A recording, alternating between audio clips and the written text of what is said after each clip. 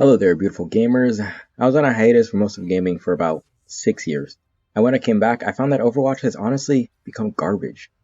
And so, I'm making a series of videos to primarily catalog my thoughts.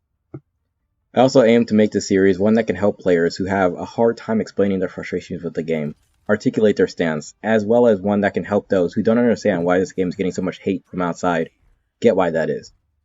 Before I begin actually, if you can find enjoyment in the game, then good on you. This series isn't meant to attack you, it's simply meant to inform and express my opinions. Overwatch has a smurfing problem, and the devs don't know how to deal with it. Smurfing is a problem in Overwatch. I played 500 hours of comp, and I can say that on average, you can expect a smurf to be in your game 40 to 60% of the time. It'll be on the higher end if you're queuing with others, and it'll be on the lower end if you're solo queuing. I'll get to why later. For now, let's have an honest talk about smurfing. Full disclosure, I've smurfed in the MOBA before.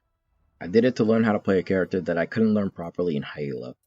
In my personal opinion, that version of smurfing probably has the lowest impact than other players, but I'm not going to say that it's not destructive at all, because all smurfing is destructive.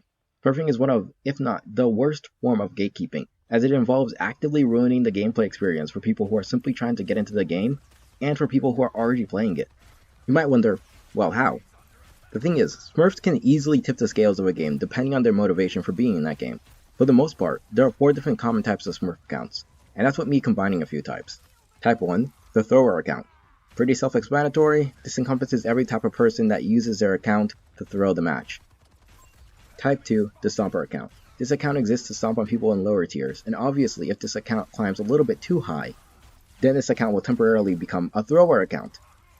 Type 3, the account for when the player doesn't want to try. They use this type of smurf account so that they don't have to face actual competition that forces them to be on their A game, as they want a more chill experience. Of course, who cares if this negatively impacts others? And what even is quick play anyway? This also encompasses people who are avoiding using their mains, people who want to use their smurf account to one-trick without hurting the rank of their real main account, etc. Overall, this type is for people who use their smurf accounts for the purpose of treating competitive as quick play plus, without having to experience any real consequences for doing so. Type 4, the one that gives me brain the helper, the flexor, the thrower account. All 3 wrapped into one, it's quite the thing. By the way, this account is the most common in my experience at least.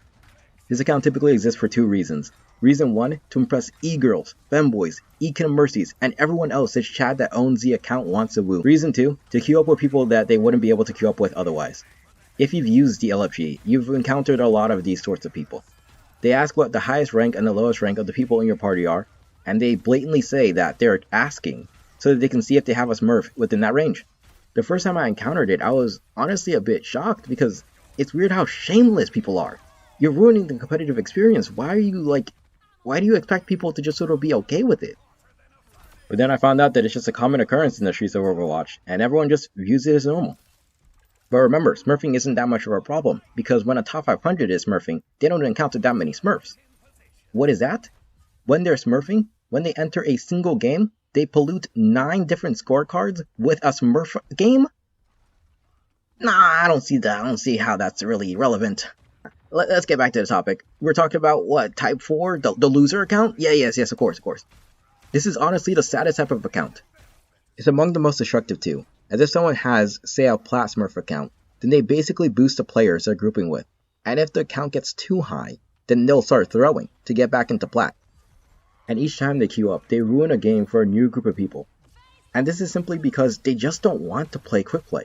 They would rather ruin the competitive experience day in and day out instead of simply accepting that if you aren't within the right ranks to play with someone, then you should just play another game mode with them. It's literally that easy. This was going to be a longer video to be honest, but in Season 9 they will release a change to the competitive system in the form of wide and narrow groups, or whatever they're called. I will admit that I am a bit skeptical about the effectiveness of this solution.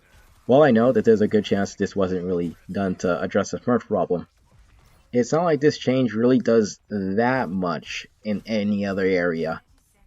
So I'll just talk about it as if it was done to address the smurf problem. The solution not only shoves the problem of smurfs that effectively boost onto the poor souls that innocently form wide groups, but it also doesn't prevent people who have been boosted from climbing with a smurf in wide queue from ruining games in narrow queue. It doesn't even prevent people who duo queue with a smurf from becoming boosted or from ruining the narrow queue experience. To be honest, it doesn't seem like the most practical system, but I'll hold on to hope. That's it for now. See ya. Healing pylon deployed. Score 0-0. Switching sides. In the zone!